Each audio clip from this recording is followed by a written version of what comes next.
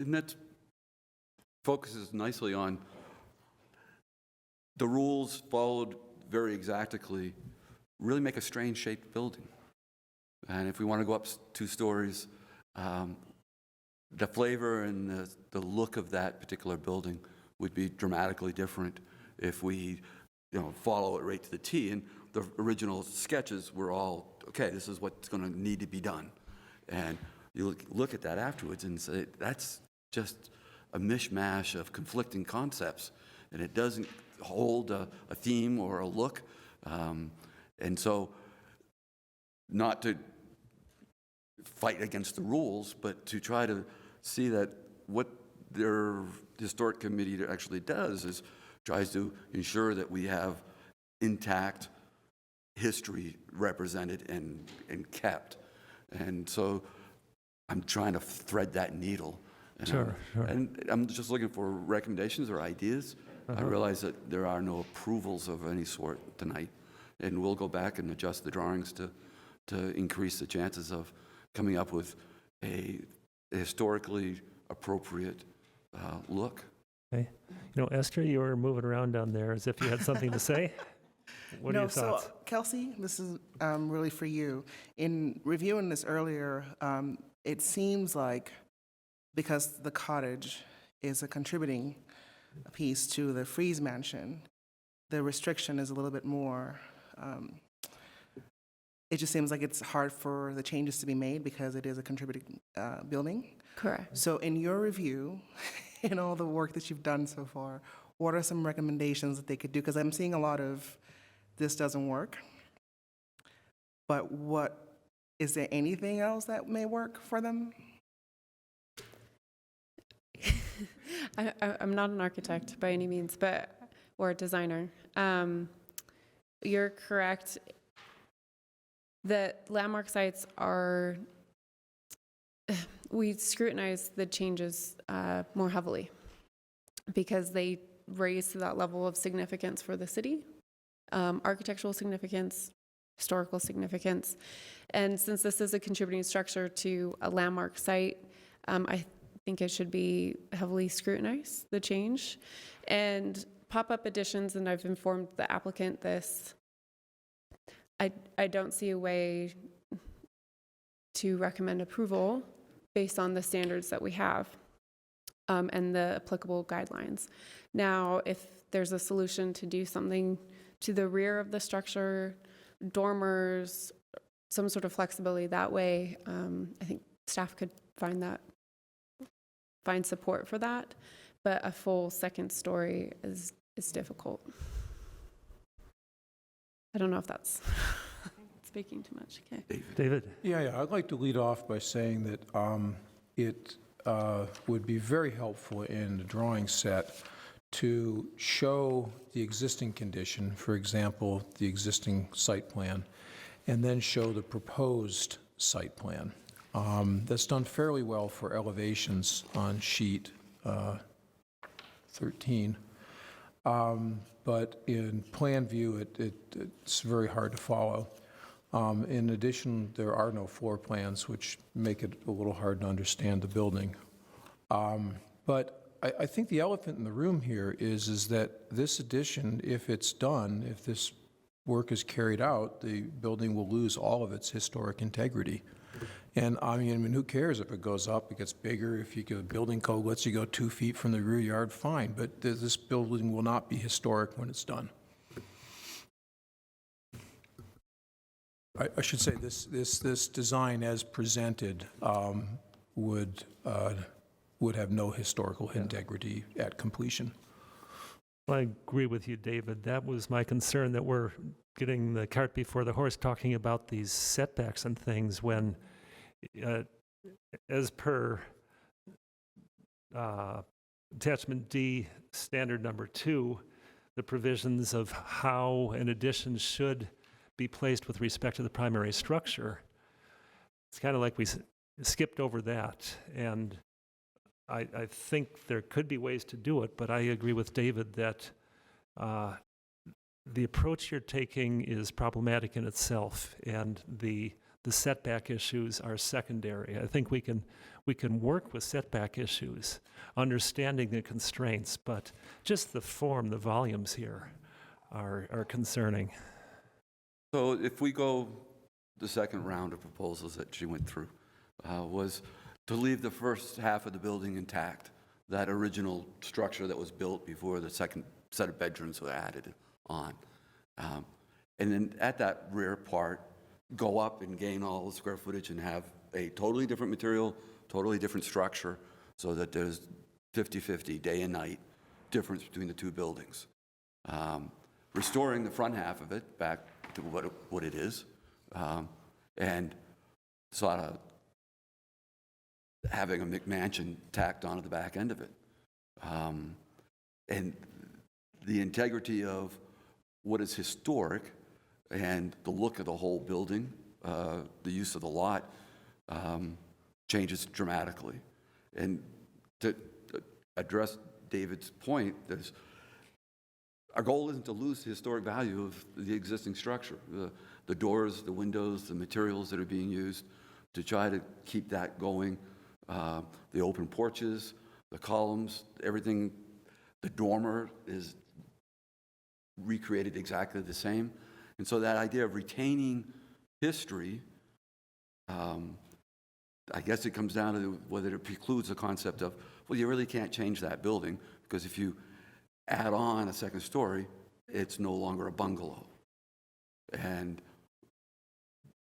I'm hoping there's a path to modify the building to have a second story. Well, I don't know if it means a totally larger development in the back of the lot. There is certainly precedent for inline special exceptions. But, in this case here, we're taking an existing building, we're modifying the roof line, we're modifying the footprint to some extent, we're applying cementitious siding and new windows. I mean, you can go to Daybreak and buy one of these. Did you go on the ride today in the van? No, but I'm very familiar with the building. Okay. Thanks. So it's got the wood siding on all four sides. On two sides, it's very weathered, and We're not debating that. What we're telling you here is that the proposal we're seeing will not have any historic integrity. As presented here, this building Okay. is no longer historic. Okay. And if that's the direction that you and your clients wish to pursue, then pursue it. Have it delisted or whatever the process is. I'm not sure Is there a what the process? terminology is, but maybe that's the direction you want to take if this is indeed the result that you want in the end. The hope is to try to find a way to retain historic integrity and add a second story. So I'm not sure if there's a path to do that, but There are publications that have addressed it. Preservation Utah, when they were called Utah Heritage Foundation, familiar with that? produced a fabulous pamphlet or book that specifically addresses this, and it's got little diagrams about form and scale and dormers and all sorts of stuff. We don't need to reinvent that here tonight. Right. Uh, There are the you- porches, the dormers, the windows, Well, you all were- maintain the exact same scale. Okay. You were referring to a second story. Yeah. Is it critical to have a second story? Could there be something where it expands off the back and to the east? Perhaps you gain your second story back there. Something to break up the masses or get the space. And I can understand your description of why you need more space makes perfect sense. But there might need to be some exploration of some other directions that you go. And David's reference to the state documents might be helpful. I think, again, referring to attachment D, the standard number 2, is a pretty good basis for how to start thinking about this in terms of relationships of volumes. So a character of a property shall be retained and preserved. So is it possible to retain and preserve a bungalow if the definition of a bungalow is a story and a half structure with an open porch and dormers? the idea of the bungalow is going to have to not be a bungalow, it's going to be a two-story residence. I think you just answered your own question. Okay. Yeah. Could I just give a couple, and those comments are helpful. Just to make sure that I'm understanding, when you say that the roof has changed, the roof actually of the second-story addition is exactly the same on, Except that it's taller. Higher up. It's Yeah, higher, it's so the repeated- form of the form of this building is different. It is no longer a bungalow. all right, good. It is now a two-story quasi-Victorian eclectic revival. I mean, start throwing adjectives out. I want to avoid creating one of those. And I thought maybe by using the exact same porches and the exact same dormer and the exact same windows would retain some of its original character. And it's creating a false sense of history. The other couple of other things that, just for clarification, to know the direction to go, and thank you for that. So there, to the back of the property, if there was some conversation previously with one of the planners about the option of using the back to go up, since the height in that area is 45 feet, which is big. And just to the back of the property, a couple of concerns. So we are 210 feet from our building to the back of the Freeze building. We're an additional probably 75 yards or another 50 yards out to the street. So the sewer system with the drop comes in at the back of the original house. So to add the sewer system back, if we add it on to the addition to this house and the backyard, the drop is already, what's the drop of the sewer? Well, this is the Landmarks Commission. That's an engineering issue. Okay, there we go. But And then, architecturally or civil engineering, it just same as if you were building on a lot that drops below a street level, it might require a sewage pump, vertical pump, to get the elevation to drop it back to your existing line. You know, those are not as scary as they sound. They're used all the time in sloped lots. So that's a technical issue that can be dealt with. So that's going to speed up us getting through the rest of this. Ultimately, setbacks aren't that big of an issue if the front part of the project maintains or somehow retains the bungalow in its current form. The idea that we may declassify or change the contributing stature, is that a possibility? Because I think that this building was included to the building in front, the Freeze Mansion, and unless the Freeze Mansion changes that, I don't know, what's the path? It would Let's be let the Kelsey answer entire that. landmark site. It would be a zoning map amendment to remove that overlay. Would the Freeze, does this affect or change the Freeze Mansion? It would. That would be a decision by the city council. Yeah, that's It would, not a direction we want to head in, actually.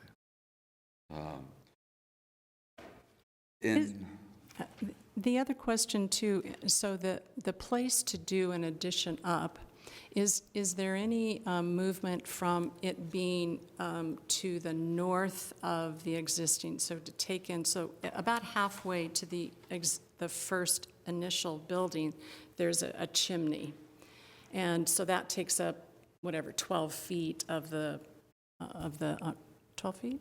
Yeah, about 12 feet. Is there a chance to go up, leaving the front half of the original house and start with a second-story addition there instead of going to the back of the original building? I'm What's not the sure that's feel? the sort of thing that we want to address as a commission, these hypotheticals without drawings or designs. I think that's a dangerous thing for us to answer Well, and put on the record, so. I can Yeah. appreciate that, but not being an architect myself and already spending thousands of dollars kind of shooting in the dark. It would be nice to have at least a feel that if that is sacrosanct, then that's not really worthwhile for me to spend another few thousand. I know There you are don't have a design cons- guidelines that are written and published by the city and by the Secretary of the Interior and so on that address this really, really well.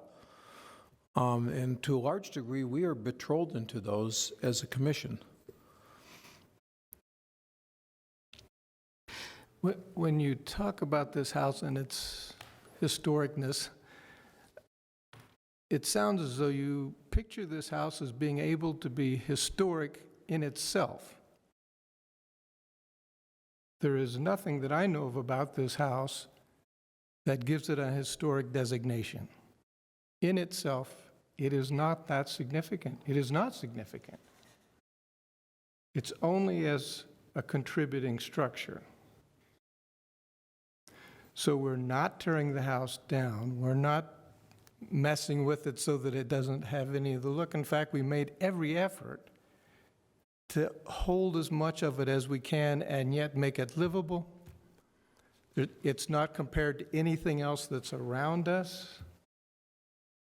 It feels a little like we're being asked to be on the block face.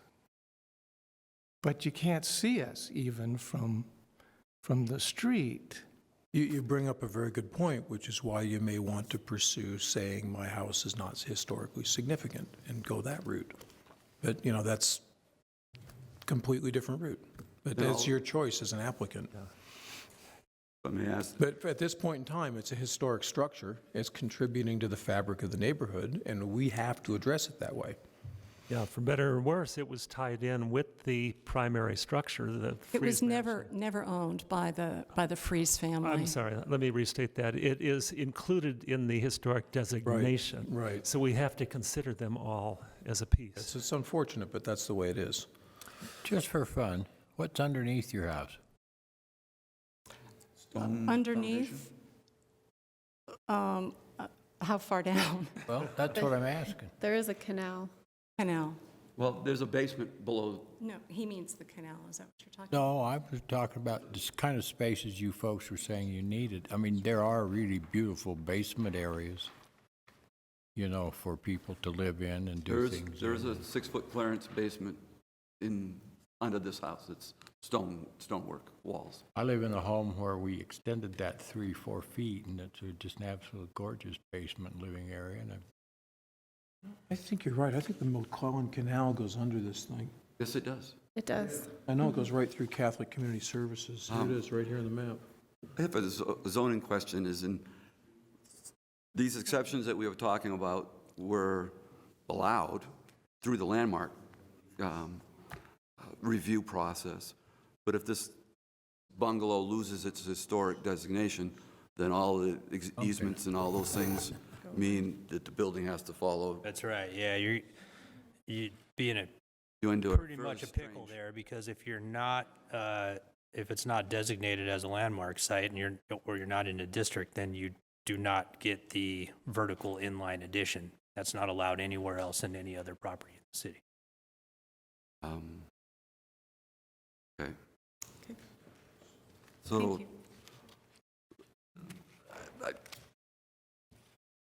possibly that the idea that going down and doing a bigger basement or adding a second-story addition to the rear of the building seems to be an option. The materials that we were using, we were trying to salvage as much of the wood siding that exists now and move it around to the 2 more visible sides and use that material and keep it.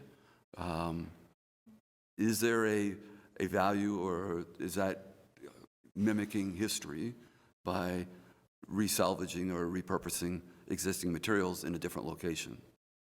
Adding wood siding on the second story when only wood siding existed on the first story to begin with. And typically, we're fine with that. In the guidelines there, it addresses specifically materials that are recommended in historical applications for this kind of thing. You don't have to, we would encourage reuse of materials where possible. we don't want to move into hypotheticals, Right. give you yeses or nos until we have more information, but we're certainly open to that.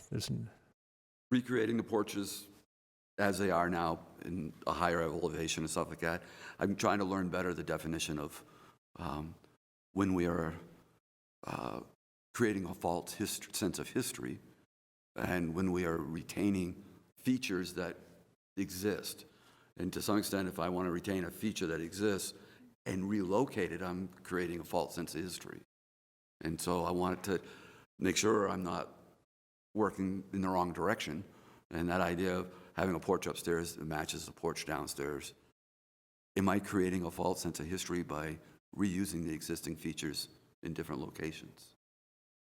I think the answers to that lie in reading the guidelines, and they aren't strict, yes, do this, don't do that, but they give an approach, and I think will help guide you, hence the guideline. And I was in using those those guidelines directions. to create this, so. Yeah. Well, take a look at the document that David referred you to as well. Can you? With that, actually, the Okay. creation of that. Okay. I have a wife who actually worked on that. Yeah. Well, again, as David said, we can't tell you definitive things based upon hypotheticals. Right. But I think basically your understanding of what we're saying, I think, is pretty accurate. We need to be something that's secondary to the existing structure, respects its appearance, its volumes.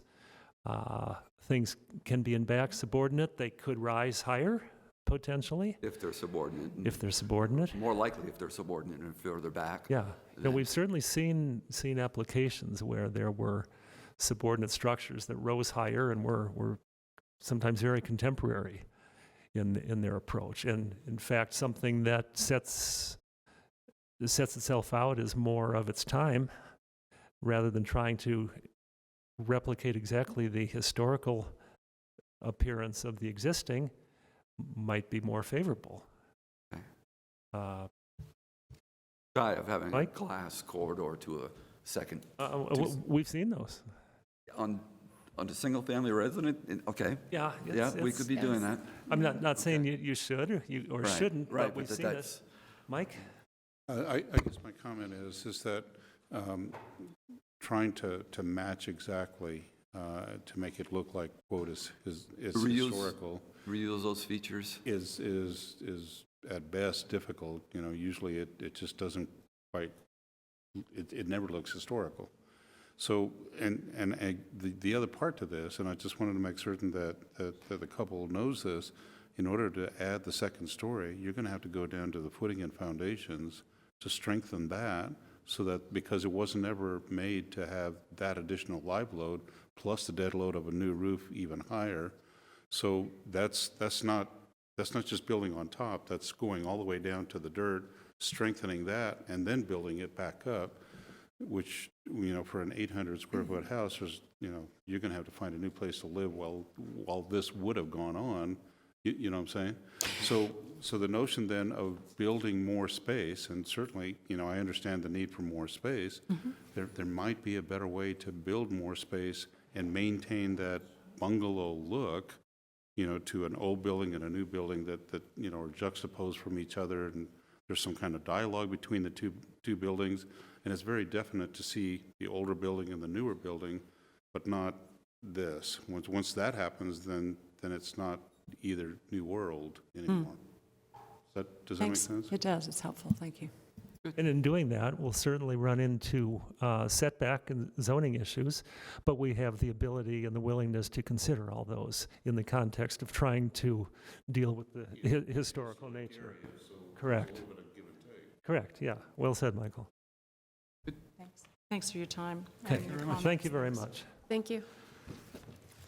And that ends this meeting. Thank you very much. See you April 2nd.